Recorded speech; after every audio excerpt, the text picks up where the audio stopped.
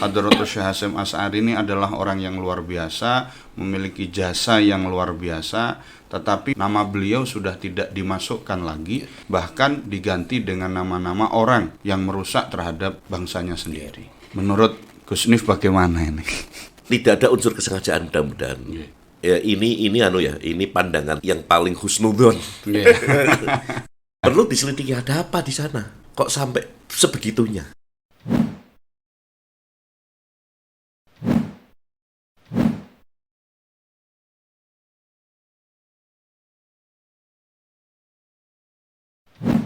Nah, kembali ke Hadratus Syekh. Kembali ke Hadratus Syekh, bahwa Hadratus Syekh Hasyim Asy'ari ini adalah orang yang luar biasa, memiliki jasa yang luar biasa, tetapi memang keberadaan daripada Nahdlatul Ulama sebagai wadah Ahlus Sunnah wal Jamaah di Indonesia setiap hari semakin mendapat gempuran yang luar biasa. Dan salah satu gempuran yang beberapa hari kemarin kita akhirnya menjadi viral adalah bahwa nama beliau sudah tidak dimasukkan lagi, bahkan diganti dengan nama-nama orang yang merusak terhadap bangsanya sendiri. Menurut Gus Nif bagaimana ini? Mudah-mudahan tidak ada unsur kesengajaan. Amin. Kalau itu unsur kesengajaan, ya dia akan berhadapan dengan gelombang yang luar biasa. Karena NU itu kalau kita bicara definisi warga NU itu siapa sih? Kalau bicara definisi warga NU secara kultur, ya orang Indonesia asli yang beragama Islam. Ya, itu pasti NU. Kalau kita bicara kultur, karena kalau Islam asli Indonesia itu ya pasti seperti NU amaliyahnya. Katakan kunut, tahlilan, manakiban, dan seterusnya. Tentu kalau mereka semua mudeng itu, ternyata kok Hadratus Syekh Mbah Hasyim ini nggak masuk ke ensiklopedi sejarah kita, ya pasti akan demonya luar biasa. Mudah-mudahan unsurnya tidak sengaja. Tidak ada unsur kesengajaan mudah-mudahan. Ya, ini pandangan kita yang paling husnudzon. Yang kalau suudzon dalam tanda kutip berarti ada pesanan gitu. Nah, perlu ini. Perlu diselidiki ada apa di sana. Kok sampai sebegitunya? Ada pesanan. Kok sampai sebegitunya? Atau sedang teskis. Bagaimana reaksinya warga Nahdliyin? Atau begitu. Terus yang kedua juga ini kan belum dicetak. Belum cetak, dan katanya kan nggak cuma satu jilid ya, ada 2 atau 3 jilid. Ini di jilid pertama kok belum masuk. Terus ketika kemudian respon banyak dari warga Nahdliyin, dari PBNU juga nyentil, kemudian dari keluarga Tebu Ireng juga nyentil, dan seterusnya, termasuk saya juga nyentil. Nah, akhirnya kalau nggak salah siapa itu yang bertanggung jawab di situ, Pak Himar apa siapa itu? Ya itu mohon maaf karena lupa atau apa nih. Alasannya agak ngambang. Bagi kita nggak masuk lah. Tapi nggak apa-apa deh. Yang penting ada pengakuan terlebih dahulu. Ya, ada pengakuan dan ada perbaikan. Karena sangat tidak masuk akal kalau dalam sejarah terbentuknya negara kesatuan Republik Indonesia ini, sosok Hadratus Syekh Ki Hasyim Asy'ari Mbah Ki Wahab kok nggak masuk, itu sangat tidak masuk akal. Dan tentunya buku ini bukan hanya ada sekarang, tetapi kan di era-era sebelumnya sudah ada. Coro file itu sudah ada, tetapi kemudian kenapa satu nama ini hilang? Mesti kan di situ ada Ctrl Shift kemudian dihapus, kemungkinan bisa ke sana. Ya itu sangat kurang ajar sekali. Tetapi kira-kira begini, kalau nama beliau kemudian hilang, efeknya apa, Kiai? Bangsa ini kepaten obor. Bahasa kepaten obor ini kalau diejawantahkan kayak apa, Kiai? 1. Hadratus Syekh tidak cuma tokoh agama, tapi juga pembangkit semangat nasionalisme. Salah satu buktinya adalah resolusi jihad. Bermula dari hubbul watan minal iman. Ini salah satu produk beliau. Sehingga bahkan di Timur Tengah sana. Di Timur Tengah sana itu ketika Khilafah Utsmaniyah, Turki Utsmani jatuh. Kemudian akhirnya negara ini pecah menjadi negara-negara kecil. Nasionalisme belum muncul. Yang saya baca, yang saya tahu, nasionalisme muncul di Timur Tengah itu dimulai oleh Partai Ba'ath yang pendirinya adalah Mikhail Aflaq. Mikhail Aflaq ini agamanya, mohon maaf, Kristen Ortodok. Kemudian Ortodok Suriah. Kemudian yang kedua, beliau ini menantunya Golda Meir, Perdana Menteri Israel pertama. Ini yang bikin Partai Ba'ath. Nah, pertama ada pembicaraan nasionalisme ya di situ. Maka dari Ba'ath ini lahirlah Saddam Hussein, Husni Mubarak, Muammar Gaddafi dan lain-lain. Mereka pemuda-pemuda ini ngerti nasionalisme bukan dari ulama, dan mereka bukan ulama. Maka nasionalisme di luar berbeda dengan nasionalisme di Indonesia. Nasionalisme di Indonesia muncul min suduril ulama. Ketika Timur Tengah kehilangan pedoman tentang watoniyah, Hadratus Syekh mengucapkan hubbul waton minal iman. Sehingga resolusi jihad itu hubbul waton minal iman. Tidak membela agama tapi membela tanah air. Nah ini satu bukti. Lebih lagi akurat buktinya antara lain sekarang viral lagu Yahlal Waton yang sekarang alhamdulillah sudah sampai ke tingkat TK dan tidak hanya di jejaring NU. Ini sudah menjadi lagu yang viral luar biasa. Bahkan non-muslim. Nah, saya ingat lagu Yahlal Waton, kebetulan saya punya kenangan. Saya ikut pelatihan Ansor di tingkat nasional namanya PKN. Itu tahun 2013 di Ciwidey, Bandung. Saya seangkatan sama Menak, Menteri Agama Gus Yakut, satu kelas dengan saya. Saat itu Ansor masih dipimpin oleh Kang Nusron Wahid, Pak Nusron Wahid. Nah, saat itu Pak Nusron ini disentil sama almarhum Mbah Maimun. Dikasih ijazah Yahlal Waton tadi. Selon, iki Yahlal Waton ini dulu viral di zaman saya. Sekarang kok hilang? Dulu di madrasah-madrasah NU itu kalau acara haflah lagunya ini. Nah, sekarang coba diviralkan lagi lewat Ansor. Nah, itu alhamdulillah kelas saya itu. Jadi akhirnya dibacakan di kelas kita, kemudian kita menjadi duta Yahlal Waton di masing-masing daerah. Sehingga saat itu dianggap sebagai Mars Ansor kedua, selain Mars yang bahasa Indonesia. Kalau sekarang sudah demikian, ya alhamdulillah, saya merasa punya nostalgia di situ. Nah, di syair yang keberapa itu ya, ada kalimat Indonesia biladi anta unwanul fakhoma kullu mayatika yauman lam yalqa himama. Kita kurung Indonesia biladi. Ini Yahlal Waton disusun, ditulis Mbah Ki Wahab 1934. Belum ada negara yang bernama Indonesia. Coba bayangkan, belum ada negara yang bernama Indonesia. Ki Wahab sudah Indonesia biladi. Coba, kok sampai tidak masuk dalam sejarah ini terus gimana? Bahasa kita aja ketemu bilang perkoro.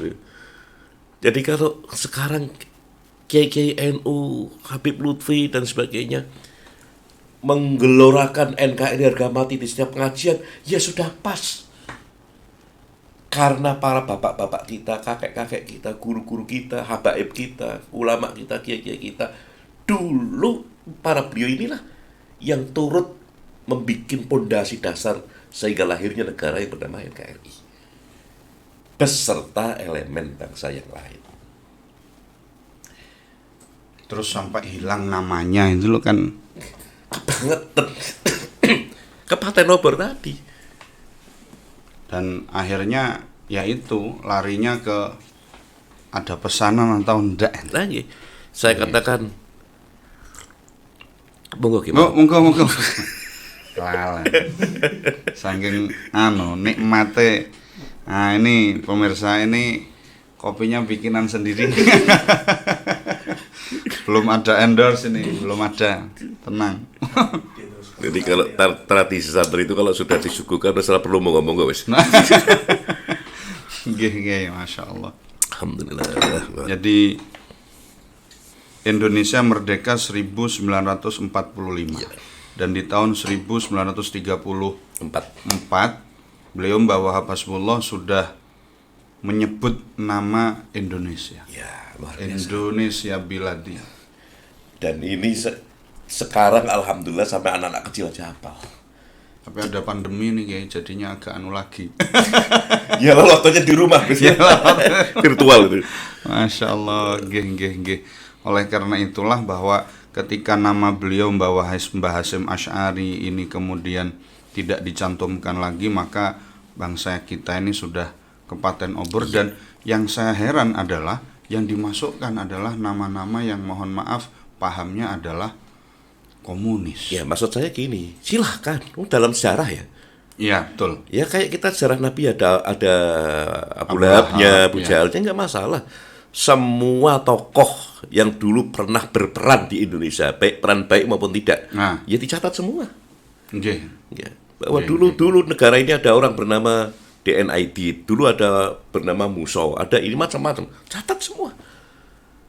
Nggak Dengan masalah. perannya masing-masing kan. Nggih. Ya kayak Quran yang nulis Fir'aun nggak cuma Nabi Musa, Ya. juga nulis Namrud nggak cuma Nabi Ibrahim lah gitu. Tapi kalau Mbah Hasyim Asy'ari tidak dimasukkan itu Nah, kebangetan. kebangetan. Kita akan kepaten obor. Sehingga gampang kalau kita mau melihat prototip ya keislaman orang Indonesia di zaman dulu, ya lihatlah Ki Hasyim. Di era prakemerdekaan. Lihatlah Ki Hasyim. Terus yang kedua, keilmuan ulama Indonesia seperti apa? Ya kita contoh, lihatlah Ki Hasyim. Ini sudah mewakili ulama yang hidup di zaman itu, sudah masuk jejaring sanad internasional. Yang tertulis yang umumnya orang tahu kan hanya Ki Hasyim. Nggih. Nah, di sana ada, di Banten ada Ki Asnawi Caringin. Di Purwakarta ada Tubagus Bakri Mamak Sempur. Kemudian yang di Jawa Timur lagi banyak. Ya, ada Mbah Kimir bin Idris, orang Cirebon yang kemudian berdomisili di Pekalongan dan wafat di Pekalongan, Mbah Kiamir bin Idris dan sebagainya. Bahwa di zaman itu masa-masa keemasan ulama. Masa-masa keemasan ulama iljawi karena masuk jejaring internasional. Jadi nama-nama tadi itu baru sebagian kecil sekali yang saya sebutkan. Ya. Para beliau ini pionir pesantren, tradisi pesantren di masa abad 18 ke sini, abad 19 ke sini. Ini langsung beliau mengambil dari sanad-sanad besar. Nah, contoh Hadratul Syekh Ki Hasyim, beliau belajar sama Syekh Mahfud Termas. Berarti generasi tadi itu sama. Ada Guru Mughni Kuningan Jakarta, ada Guru Marzuki, ada Guru Junaid dan sebagainya. Ini ulama-ulama Betawi tempo dulu. Tadi itu Bagus Bakri Purwakarta, alias Mamak Sempur, ada Ki Asnawi Caringin, belum Jawa Tengahnya, ya Syekh Nahrawi, Banyumas, dan seterusnya itu banyak sekali. Dan ini mereka ini masuk jejaring internasional karena semua pada saat itu rujukannya ke Hijaz, Ya. termasuk Thariqah di Jabal Abi Qubais. Nah itu Syekh Mahfud ini luar biasa karena beberapa karya beliau sampai sekarang masih dibaca, masih dipelajari di Al-Azhar University. Syekh Mahfud segenerasi dengan Syekh Nawawi, Syekh Muhammad Nawawi bin Umar Al-Bantani. Nah, di masa itu juga semasa dengan Sayyid Abdul Aziz Al-Maliki. Itu berarti buyutnya Sayyid Muhammad bin Alwi bin Abbas bin Abdul Aziz Al-Maliki. Kemudian penyusun Simtuduror, abahnya penyusun Simtuduror Habib Ali bin Muhammad bin Husain. Muhammad bin Husain ini di Mekah saat itu. Nah, yang bukan dari kalangan Jawiyin, Habib Ahmad bin Abdullah bin Thalib Al-Attas Sapuro, Sahibul Khal Sapuro. Nah, beliau nanti punya murid antara lain Habib Abdullah bin Muhsin Al-Attas Keramat Empang Bogor. Terus yang generasi beliau Habib Muhammad bin Thohir Al-Haddad Tegal dan seterusnya lah. Ini mahalnya Gus Nif itu di situ. Itu mahal. Yakin itu mahal. Kiai,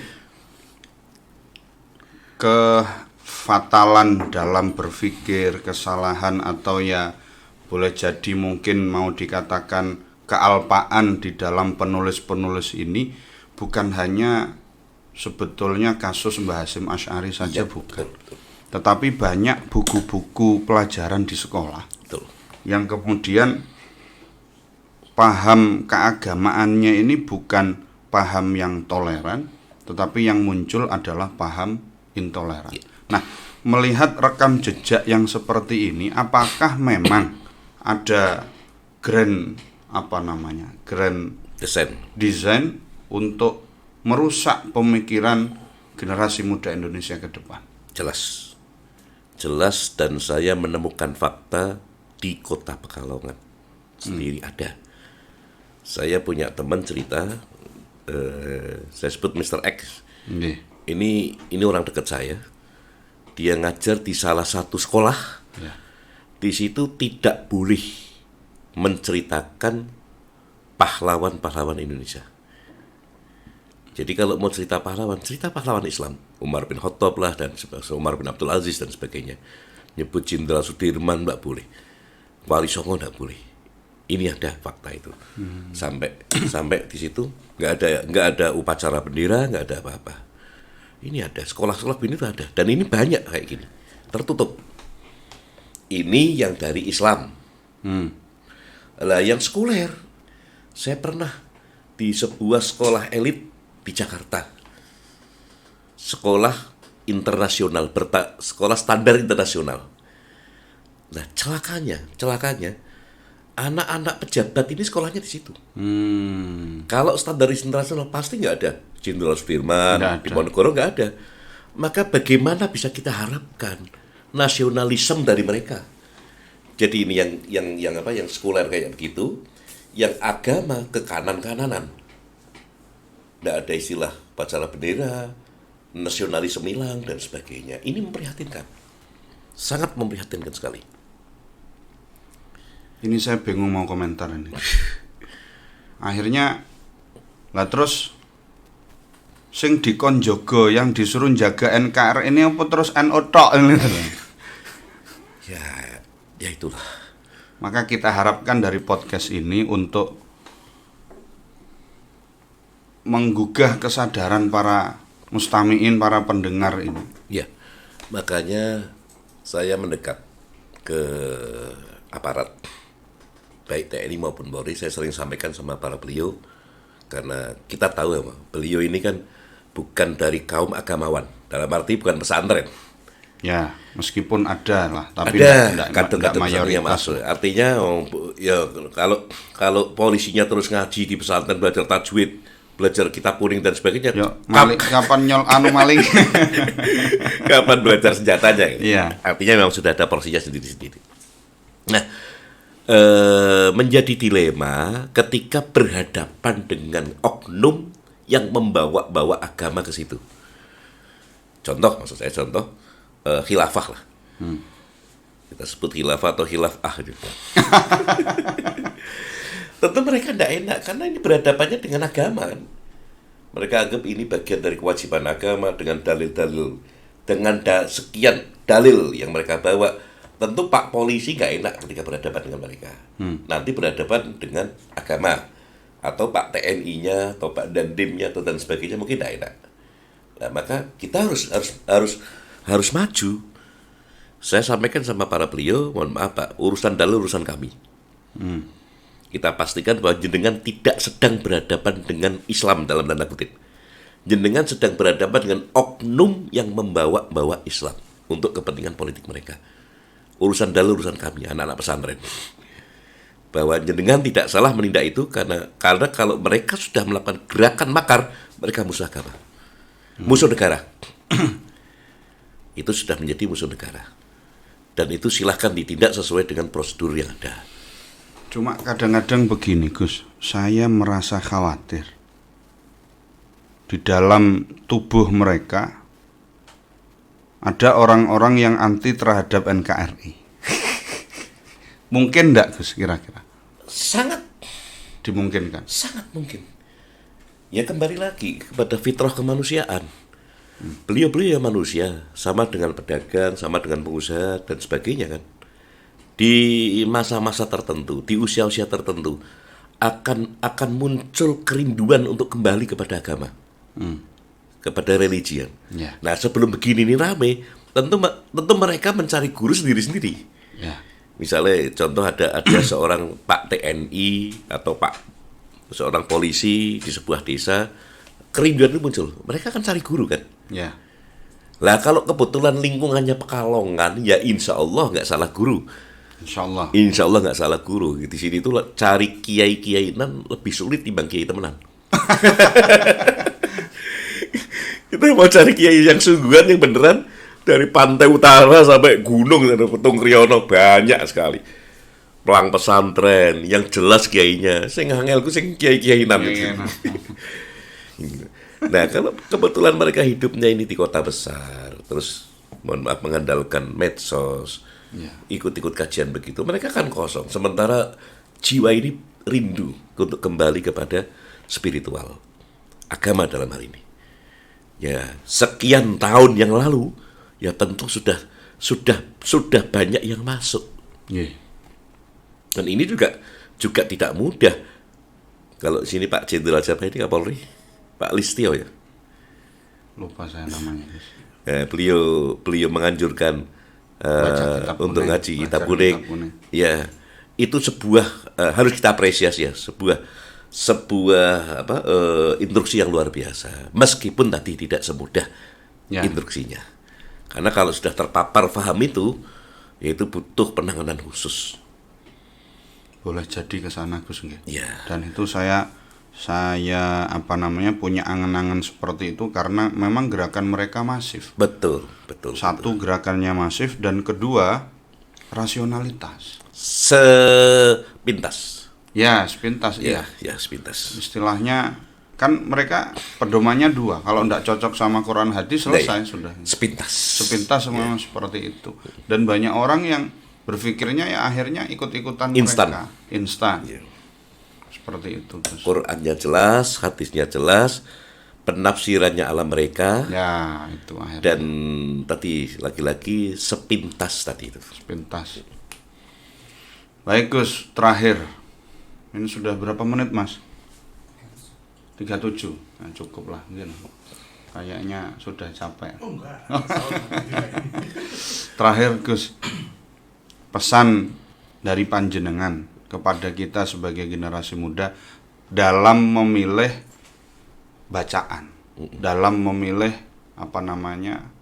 media, supaya kita ini bisa selamat lah dari pemahaman-pemahaman yang akhirnya mengacau balaukan bangsa dan negara kita sendiri. Kalau bacaan yang dimaksud adalah agama. Ya. Yang dimaksud agama ya fal yangdur amman ta'khudhu dinakum. Ad-din an-nasihah. Ya. Ya fal yangdur amman ta'khudhu dinakum. Kita harus jelas ini penyusunnya siapa, percetakannya mana kalau buku. Kemudian terutama nanti penyusunnya itu siapa. Kalau medsos ya harus medsos ini kita posisikan ya sebagai medsos khobar. Ya. Nah, khobar ini harus kita tabayunkan. Jadi pesan saya untuk generasi muda, silahkan Anda mencari informasi, belajar di medsos sepuas mungkin, tidak masalah. Asal Anda punya guru. Guru di luar medsos. Di luar medsos, guru yang nyata. Guru yang nyata. Ya, sehingga ketika sepintas dengar, wah jihad itu begini. Nah, kita datang ke kiai, apa benar sih kiai? Kenapa di kampung nggak pernah diceritakan begitu? Di musola kiai nggak pernah cerita begitu? Di majelis kiai nggak? Ini kok saya dengar, ini negara kita ini sedang bahaya ini. Karena apa? Pengikut togut, ini harus nah, kalau punya guru, tabayun. Jadi, satu harus punya guru. Silahkan mau bermedsos, mau baca buku apapun, nanti ditabayunkan kepada guru. Nah, gurunya yang seperti apa? Kiainya yang seperti apa? Tentu kalau kami bisa menilai kiai, kami lebih pintar dari kiai dong. Ya. Nggak perlu berkiai lagi. Ya.